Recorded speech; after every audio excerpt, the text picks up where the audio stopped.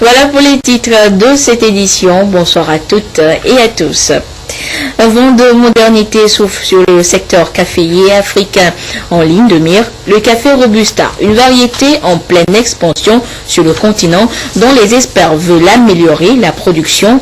Ils y ont réfléchi durant 3 jours à Lomé. Les conclusions de la réunion avec Dodo Haré et Silver Abdou. L'agence des cafés Robusta d'Afrique et de Madagascar Akram veut relancer la filière café Robusta par la mise en œuvre des stratégies performantes. Face à la faiblesse de la productivité ces dernières années, due à certains manquements et perturbations, l'Akram prend l'engagement à l'issue de cette 4e Assemblée générale de corriger toutes ces anomalies. Un engagement qui passera par l'entretien des vergers et la bonne gestion des exploitations caféières. L'Akram, qui fait de cette filière l'une de ses priorités, a donc pris des résolutions pour une production de qualité.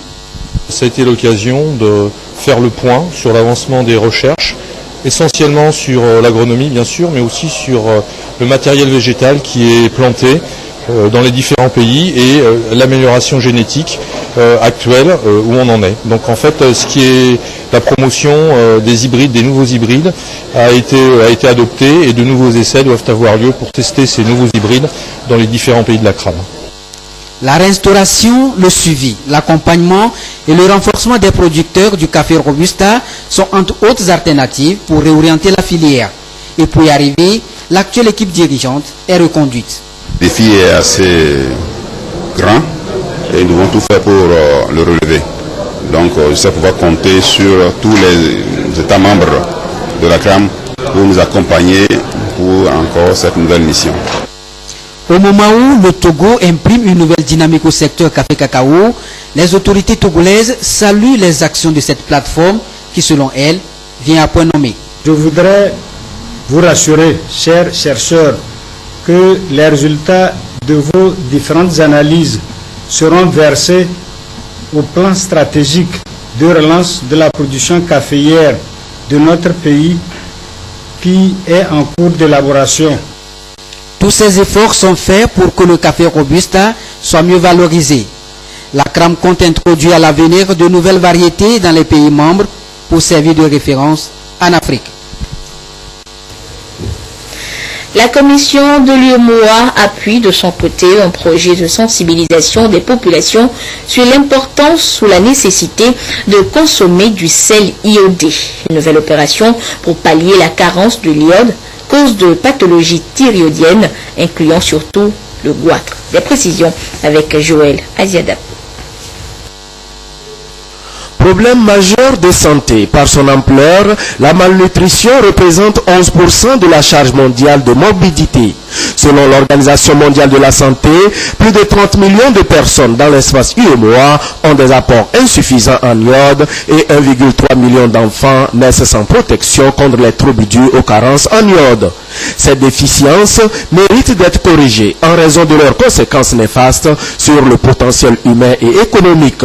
D'où la tenue à Lomé de cette rencontre qui vise à informer les décideurs ainsi que les acteurs de toutes les composantes sociales de l'urgence de l'enrichissement des aliments en micronutriments dans l'espace UEMOA. Je tiens à saluer les résultats déjà enregistrés depuis 1996 du Togo, qui depuis nous avons 81% de la population qui est au sel iodé. Le Togo est un bon exemple à suivre et je pense qu'après cette réunion d'information et de sensibilisation, des dispositions seront prises par les autorités, les plus hautes autorités de l'Union pour que ce projet qui a déjà enregistré des avancées, pour que nous puissions poursuivre ces avancées au niveau de l'ensemble des pays. Les différents intervenants ont affiché leur soutien à cette dynamique communautaire qui est appelée à améliorer la qualité nutritionnelle de la population. Santé encore, les établissements scolaires seront bientôt dotés d'un document unique et officiel répondant aux normes d'hygiène et d'assainissement sur toute l'étendue du territoire national. Et tout ceci pour le mieux-être des élèves. Le dit document, avant sa vulgarisation, a été soumis aux experts en vue de son adoption. Le compte rendu avec Lucassi, Gérard Lagoudou et Antoinette Romao. On va voir.